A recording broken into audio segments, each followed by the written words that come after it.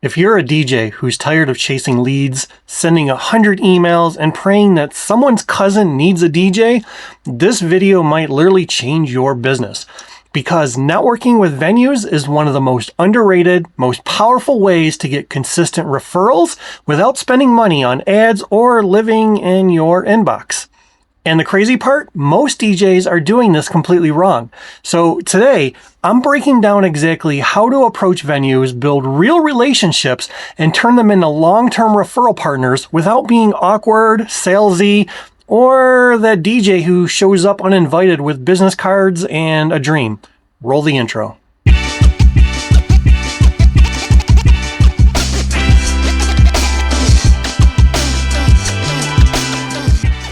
What's up, everyone? Greetings and salutations, and welcome back to the channel. Today, we're talking about how to network with venues and get referrals, aka how to make venues send you clients without begging, bribing, or leaving business cards in the bathroom. Aaron. Okay, stop. Because if you crack this, you basically unlock passive lead generation as a DJ. And that, my friends, is elite DJ energy.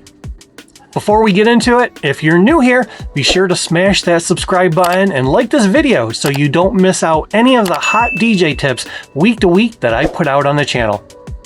Okay, let's start with the obvious question. Why do venues matter so much? Simple answer. Venues talk to couples before you ever will. They're the gatekeepers. If a venue likes you, you become, oh yeah, we love Josh, he's one of our preferred DJs. If they don't know you, you're just some guy with speakers, a laptop, and a logo. And trust me, you want to be preferred, not just some guy. Nobody tells DJ requests what to play. Let them tell you what to play. They lose respect for you. They lose respect for you, you lose control. Step number 1, stop thinking like a DJ. First mindset shift. Stop thinking like a DJ, start thinking like a business partner.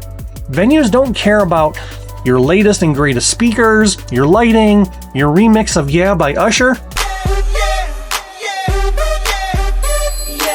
They care about, are you professional? Do you make their job easier? And most importantly, do you make them look good? That's it. That's the whole game. Step number 2, how to approach a venue without being weird. All right. Here's how most DJs network with venues. They show up unannounced during a wedding while the coordinator is stressed and they go, hey, I'm a DJ. Here's my business card. Bro, that's not networking. That's a jump scare. Instead, here's the pro move. Email first, or send them a DM on Facebook or Instagram or LinkedIn if you're feeling corporate, and say something very simple like, hey, I'm a local DJ, I work a lot of weddings and private events, and I'd love to stop by sometime, introduce myself, and learn more about your venue. That's it. Not a sales pitch, not your life story, just I want to meet you like a normal human being. Crazy concept, right? Step number 3, what to do when you visit. All right. So when you actually meet them, do not immediately talk about your pricing, immediately talk about referrals, immediately hand them a USB drive like it's 2009.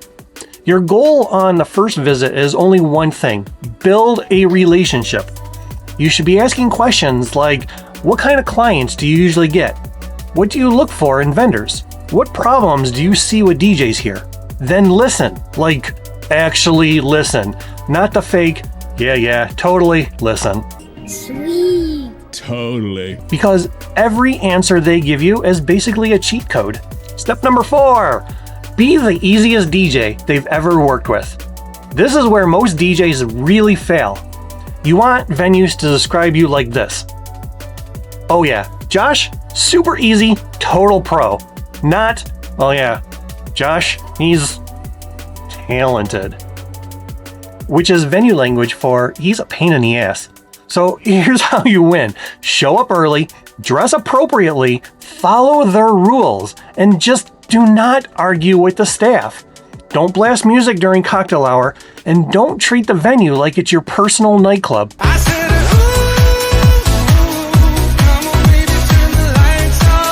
If you make their life easier, they will sell you all day long for free. Step 5, how to actually get referrals. Now, here's the million-dollar question. How do you get them to actually refer you? The answer? You don't ask on day one. You wait until you've worked there a few times. You've crushed it. They trust you. Then you say something casual like, hey, I love working here. If you ever need a reliable DJ to recommend, I'd love to be one of your go-to people. That's it. Not, so how many leads can you send me per month? Relax. It's not Wolf of Wall Street. Step 6. Become unforgettable in a good way. Here's how you go from preferred to we love this person. Send thank you emails after every event. Tag the venue in your social posts. Leave them good Google reviews. Bring them content they can use. Refer clients back to them. Basically, treat the venue like a VIP client. Because really, they are. A client might book you only once. A venue can book you forever. That's compound interest for DJs. Okay, let's close this video out. If you remember nothing else from this video, remember this. Venues don't refer the best DJs. They refer the easiest DJs. Be professional, be likable, be consistent, and don't be weird. And if you do that long enough, you'll wake up one day with a calendar full of gigs you didn't even have to chase, which is the dream. As I say at the end of all my videos, a day without dancing is a day wasted. Keep striving for excellence as an elite DJ, and I'll see you guys in the next one.